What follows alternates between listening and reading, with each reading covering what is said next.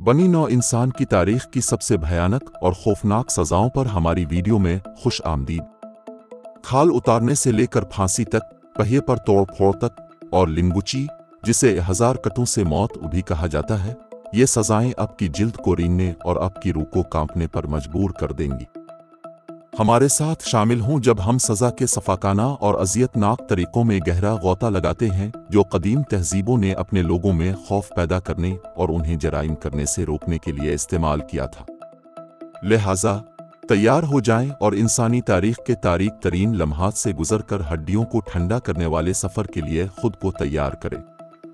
हिस्सा 1, भड़कना। बिलाशुबा फलाइनक सज़ा की एक इंतहाई गैर इंसानी और वहशियाना शक्ल है जो पूरी तारीख में इस्तेमाल होती रही है। जिंदा रहते हुए किसी की जिल्द के छल के उतारने का ख्याल ही किसी को खौफ में मुब्तला कर देने के लिए काफ़ी है। ये कितना नाकाबिल तसव्वुर लगता है, इसके बावजूद बहुत से कदीम मुआशरों में भड़कना दरअसल सज़ा की एक आम शक्ल थी। कदीम चीन में गद्दारी या कत्ल जैसे संगीन जराइम के लिए फांसी के तरीकाकार के तौर पर भड़कना इस्तेमाल किया जाता था। सज़ा आम तौर पर दूसरों के लिए इंतबा के तौर पर दी जाती थी जो इसी तरह के जराइम के इर्तिकाब के लिए आमादा हो सकते हैं। जल्लाद शिकार को बांधेगा और आहिस्ता आहिस्ता जिल्द को छीलने के लिए खास तौर पर डिज़ाइन किया गया चाकू इस्तेमाल करेगा। हाथों और पैरों से शुरू होकर धड़ की तरफ काम करता है। इस अमल में घंटे लग सकते हैं और शिकार अक्सर उसके ख़त्म होने से बहुत पहले सदमे खून की कमी से मर जाता है।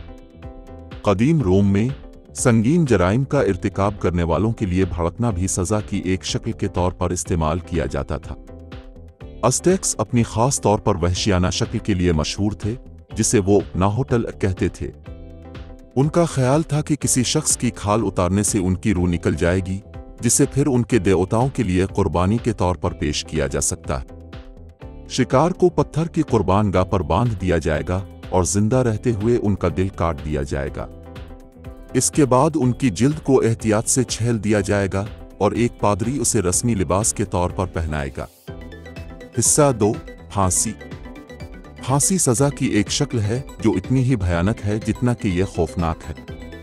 इसमें किसी शख्स के जिस्म को लंबी तेज धारी से छेदना और फिर उन्हें दिनों की मुद्दत में आहिस्ता आहिस्ता और अजियत से मरने के लिए छोड़ना शामिल है। ये वहशियाना सज़ा पूरी तारीख में बहुत सी कदीम सकाफ़तों ने इस्तेमाल की है जिनमें फ़ारसी, मंगोल और उस्मानी शामिल है। फांसी का अमल आम तौर पर दूसरों के लिए इंतबा के तौर पर अंजाम दिया जाता था जो शायद कानून को तोड़ने पर गौर करे। शिकार को बरहना कर दिया जाता और फिर उसे नोकीले दाव पर बैठने पर मजबूर किया जाता। इसके बाद दाव को आहिस्ता आहिस्ता जिस्म के जरिए ऊपर धकेल दिया जाएगा। आम तौर पर मिक़द अंदाम निहानी से शुरू होता है जब तक कि ये मुनहा गर्दन के पिछले हिस्से से ना निकले। शिकार को दाव पर लटकाने के लिए छोड़ दिया जाएगा जिसे अक्सर किसी अवामी जगह पर खड़ा किया जाता था जहां दूसरे लोग जिस्म को आहिस्ता आहिस्ता दाव पर फिसलते हुए देख सकते थे। फांसी एक सुस्त और अजियतनाक मौत थी जिसका शिकार शदीद दर्द, अंदरूनी खून बहने और इन्फेक्शन में मुब्तला था। मौत में कई दिन लग सकते हैं। इस दौरान शिकार को शदीद प्यास और भूख, फरेब का सामना करना पड़ेगा। बाज़ सूरतों में परिंदे और कीड़े शिकार का गोश्त खाना शुरू कर देते हैं जब तक वो जिंदा रहते थे और उनके अजाब में इजाफा करते थे। फांसी का इस्तेमाल सिर्फ मुजरिमों और रियासत के दुश्मनों तक महदूद नहीं था। ये मजहबी या इखलाकी ज़ाब्तों की खिलाफ वर्जी करने वालों के लिए सज़ा के तौर पर भी इस्तेमाल होता था। मिसाल के तौर पर सल्तनत उस्मानिया ने हम जिन्स परस्त रवैये या हैवानियत में मुलव्वस मर्दों को सज़ा देने के लिए फांसी का इस्तेमाल किया। तीसरा हिस्सा, वहेल पर ब्रेकिंग। पहिए को तोड़ना सज़ा की एक खौफनाक शक्ल थी जो कुरून वस्ता के यूरोप में बड़े पैमाने पर इस्तेमाल होती थी। ये एक मुजरिम को फांसी देने का सबसे भयानक और दर्दनाक तरीका समझा जाता था। पहिए पर टूटने का अमल सफाकाना और इंतहाई तकलीफदेह था। सज़ा सुनाए जाने वाले मुजरिम को लकड़ी के एक बड़े पहिए या फ्रेम से बांधने से शुरू होगी। जल्लाद फिर एक एक करके मुजरिम के आज़ा को तोड़ने के लिए लोहे की एक बड़ी बार का इस्तेमाल करता। बाजू और टांगें कई जगहों से टूटी हुई थीं और फिर वहेल के स्पोक्स से बने हुए थे।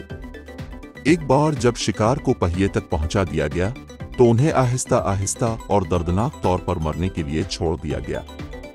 टूटी हुई हड्डियां बेहद दर्द का बाइस बनेंगी और मरने के अमल में घंटों या दिन भी लग सकते हैं। वहेल दूसरों के लिए एक इंतबाह के तौर पर कानून की खिलाफ वर्जी के नताइज की याद दहानी के तौर पर डिस्प्ले पर रखा जाएगा। पहिए को तोड़ना अक्सर इंतहाई घिनौने मुजरिमों जैसे कातिलों, इस्मत दूरी करने वालों और गद्दारों के लिए मखसूस था। इसकी बर्बरियत के बावजूद पहिए को तोड़ना कुरून वस्ता के यूरोप में सजा की एक वसी पैमाने पर कबूल शुदा शक्ल थी और 18वीं सदी में इसका खूब इस्तेमाल हुआ। चौथा हिस्सा सकाफिज़म। इस्काफिज़म, जिसे कश्तियाँ भी कहा जाता है, एक कदीम फारसी सजा थी जो शिकार को नाकाबिल तसव्वुर तकालीफ पहुंचाने के लिए इस्तेमाल की जाती थी। सजा में इस शख्स को खोखली लाग या कुश्ती के अंदर रखना शामिल था, जो फिर दूध और शहद से भरा हुआ था।